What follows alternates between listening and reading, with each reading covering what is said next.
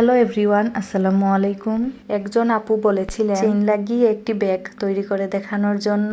আজকে আপনাদের গজ কাপড় দিয়ে এই সুন্দর ব্যাগটি তৈরি করে দেখাবো। এখানে 2 রকম কাপড় নিয়েছি, আপনারা চাইলে একরকমও নিতে পারেন। কাপড় যত বেশি সুন্দর হবে দেখতেও তত বেশি সুন্দর লাগবে। কাপড়ের ভিতরে অবশ্যই বক্রম ব্যবহার করবেন। কাপড় দুটো একসাথে রেখে এক সাইড সেলাই করে নিয়েছি। এখন দুটো সাইডে হ্যান্ডেল লাগিয়ে নিব। এরকম ব্যাগগুলো দেখতেও অনেক বেশি সুন্দর লাগে। গড়ে থাকা যে কোনো কাপড় দিয়ে আপনারা চাইলে বানিয়ে নিতে পারেন। এই ব্যাগগুলো যে কাপড়ের তৈরি কেউ দেখলে বিশ্বাস করবে না। একটি সাইড সেলাই করার পর একই নিয়মে অন্য সাইডও সেলাই করে নিব। ভিডিওটি স্কিপ না করে সম্পূর্ণ দেখলে আপনারাও টুকরো কাপড় দিয়ে খুব সহজেই তৈরি করে নিতে পারবেন। এই চেইনটি ব্যাগের উপরে লাগিয়ে নিব।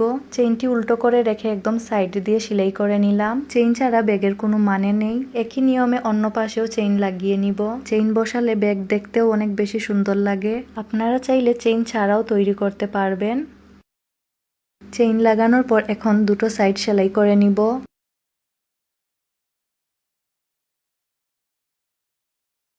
দুটো সাইড সেলাই করার পর নিচের এই কোণা 1 ইঞ্চি করে সেলাই করে নিলেই ব্যাগটি তৈরি হয়ে যাবে। টেকনিকটি ভালো লাগলে সবার সাথে শেয়ার করবেন। আজকের ভিডিও এই পর্যন্তই। সবাই ভালো থাকবেন।